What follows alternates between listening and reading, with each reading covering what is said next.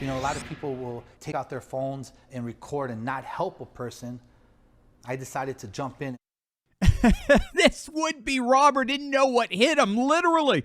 Hey, gang, it's me, Dr. Steven. We're going to celebrate citizen heroes, first responders who protect neighbors and communities, and we're going to see the amazing tradition they all belong to and its courageous resurgence happening right before our very eyes.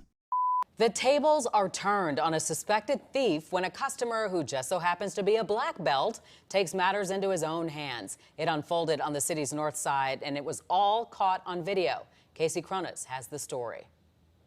The customer who stepped in when things went south has more than 20 years of jiu-jitsu training and tells us in that moment his instincts took over. Come on. No, man, I'm not letting you go, man. You were harassing those girls. What? And then you swung at the 7-Eleven employee. It started as a trip to the store to buy Slurpees for his kids. But soon, Idris Redzovic found himself taking down an alleged thief. Let me go then. I'm not going to let you go until the cops come. The owner of the Supreme Academy of Jiu-Jitsu in Lincoln Park is a third-degree Gracie Jiu-Jitsu black belt.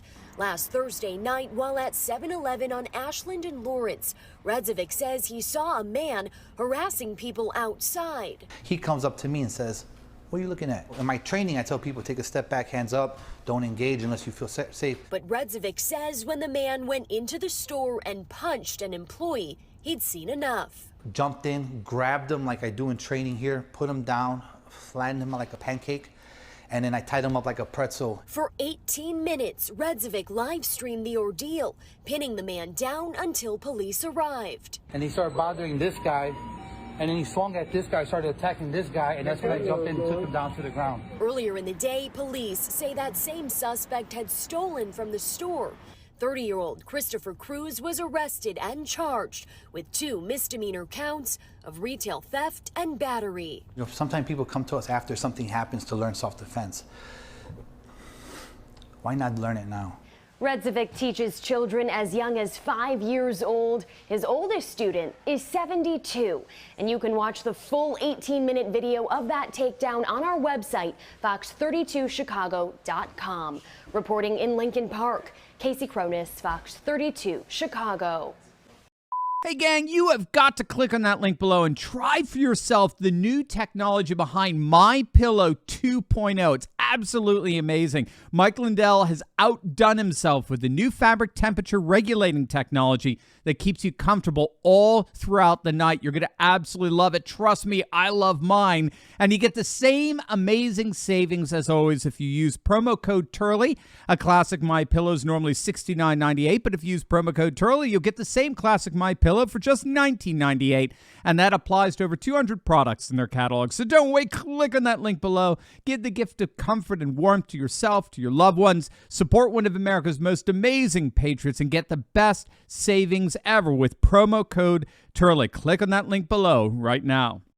Now, what that fellow just did there, that hero, is actually part and parcel of a whole tradition here in the United States, a tradition of citizen first responders.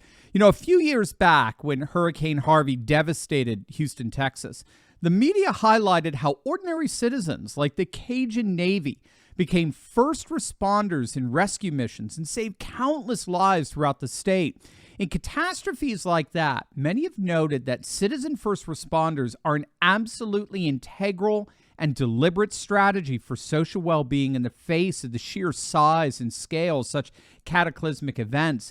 This more inclusive approach to law enforcement and public safety, where officer and ordinary citizen join forces, is known formally as the whole community response to emergency management.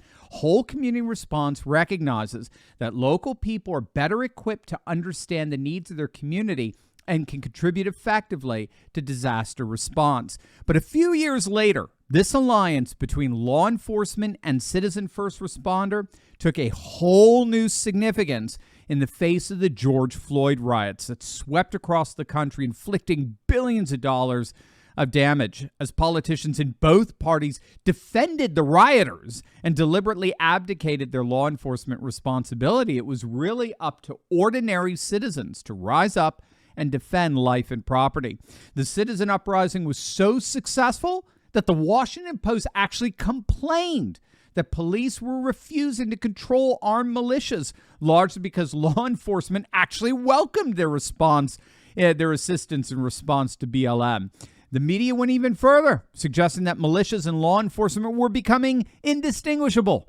The ultra-leftist Guardian ran the rather panicked and sensationalist headline, "White supremacists and militias have infiltrated police." Well, such rhetoric and sensationalism aside, think tanks like the Brookings Institute have observed that this alliance between citizen first responders and law enforcement is resulting in patriot militias playing an increasingly prominent role throughout American society and politics, from leading protests and demonstrations around COVID-19 restrictions to working together with law enforcement to help protect businesses during the height of BLM protests.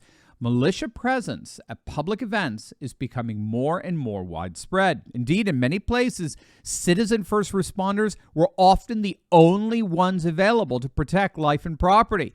For example, in the northwestern town of Coeur d'Alene in Idaho, all they needed was to hear rumors about Antifa thugs planning on rioting in their town for a number of armed citizens, both men and women, to come out and begin patrolling the streets and protecting businesses. And that's key here. What needs to really be underscored here is just how diverse the first responder culture really is. The scholar Abigail Cohn, in her book on America's gun culture, documented the incredibly rich and diverse constituents of America's gun enthusiasts. One of the major myths she dispels is how the NRA and gun enthusiasts are primarily backwards white males living in the sticks, clinging to their guns and their God, right? The Obama stereotype.